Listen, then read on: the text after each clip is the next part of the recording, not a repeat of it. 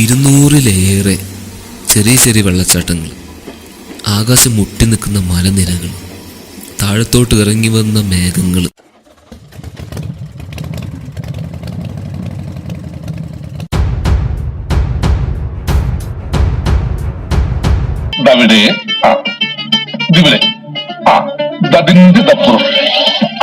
എല്ലാ വീടുകളും പരിശോധിക്കൂ.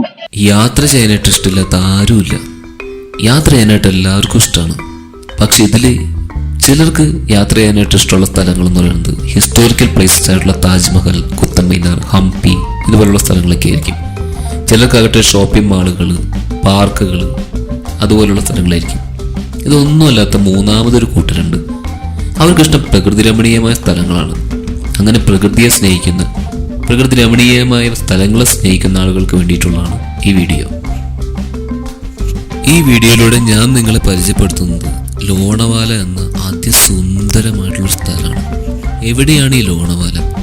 ഇപ്പം നമ്മൾ കേരളത്തിൽ നിന്ന് പൂനെയിലേക്ക് പോവുകയാണെങ്കിൽ 3 വഴി പോകാം. 1 പൻവേൽ പോയിട്ട് തിരിച്ച് പൂനെയിലേക്ക് വരാം. 2 സോലാപൂർ വഴി പോകും. 3 ഗോവ വഴി തിരിഞ്ഞു പോകുന്നൊരു വഴിയുണ്ട്. ഇതിൽ പൻവേൽ വഴി നമ്മൾ പൂനെയിലേക്ക് പോവുകയാണെങ്കിൽ ഏകദേശം പൂനെയിലെത്തുന്നതിന് മുമ്പ് 150 കിലോമീറ്റർ മുൻപിലായിട്ടുള്ളൊരു സ്റ്റോപ്പാണ് ലോണവാല. ബസ്സിലും പോവാം, ട്രെയിനിലും പോവാം. മഴക്കാലമാണ് ലോണവാലയിൽ പോകാൻ ഏറ്റവും ബെസ്റ്റ് ടൈം. അപ്പോഴേക്കും ഈ മലകളൊക്കെ ഫുള്ള് പച്ച കളർ പിടിച്ച് നിൽക്കുന്നുണ്ടാവും. ഒരുപാട് മഞ്ഞ് പോലത്തെ മേഘങ്ങളൊക്കെ താഴെ ഇറങ്ങിയാൽ വന്ന് നിൽക്കുന്നുണ്ടാവും. ഒരു 200-ൽ കൂടുതൽ ചെറിയ ചെറിയ വെള്ളച്ചാട്ടങ്ങൾ അവിടെയുണ്ട്. പ്രത്യേകിച്ചും ഈ മഴക്കാലത്ത് നമ്മൾ പൻവേലിൽ നിന്ന് പൂനെയിലേക്ക് വരുമ്പോൾ ഈ സ്ഥലം പെട്ടെന്ന് കാണുന്നവർ ഇത് എത്ര നാളായിട്ട് നമ്മൾ എന്തുകൊണ്ട് കണ്ടില്ല എന്ന് ആലോചിച്ചു പോകും. കാരണം ട്രെയിൻ ഓരോ ടണലിൻ്റെ അകത്ത് കയറിയിട്ട് പുറത്തേക്ക് വരുമ്പോഴും നമ്മൾ കാണുന്നത് ഈ ബാഹുബലിലൊക്കെ കാണുന്ന പോലത്തെ വെള്ളച്ചാട്ടങ്ങളായിരിക്കും. നിങ്ങളിപ്പോൾ ഈ കണ്ടുകൊണ്ടിരിക്കുന്ന വീഡിയോ ഉണ്ടല്ലോ, ഇതൊരിക്കലും ഞാൻ മഴക്കാലത്ത് പൂനെയിൽ നിന്ന് നാട്ടിലേക്ക് നമ്മുടെ സ്വന്തം കേരളത്തിലേക്ക് വരുന്ന സമയത്ത് എടുത്ത വീഡിയോസാണ്. അപ്പോൾ ഈ കാണുന്ന വെള്ളച്ചാട്ടമൊക്കെ കണ്ടോ, ഇത് ഒരുപാട് ഹൈറ്റിൽ നിന്നാണ് വെള്ളച്ചാട്ടം വരുന്നത്. ബസ് വഴിയോ ട്രെയിൻ വഴിയോ നിങ്ങൾക്ക് ഇവിടെ എത്താമെങ്കിലും ട്രെയിനാണ് കുറച്ചും കൂടി സൗകര്യം.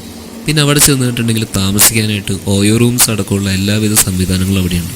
അത്യാവശ്യം നല്ല നെറ്റ്വർക്ക് കവറേജിങ് ഉണ്ട്, ബാക്കി എല്ലാ അക്സസറീസും ഉണ്ട്.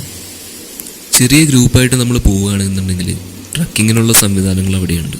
പക്ഷേ 1-2 പേര് മാത്രമായിട്ട് പോവുകയാണെങ്കിൽ എസ്പെഷ്യലി കപ്പിൾസിന് അത്ര സേഫ് അല്ല ലോണവാല. അതിനുള്ള റീസൺ അവിടുത്തെ ലോക്കൽസ് തന്നെയാണ്. 200-ലേറെ ചെറിയ ചെറിയ വെള്ളച്ചാട്ടങ്ങൾ, ആകാശം മുട്ടി നിൽക്കുന്ന മലനിരകൾ, താഴത്തോട്ട് ഇറങ്ങി വന്ന മേഘങ്ങൾ, പിന്നെ ഓംശാദി ഓശാനയിൽ പറയുന്ന പോലെ ആ പച്ചപ്പ്, ആ ഹരിതാഭ.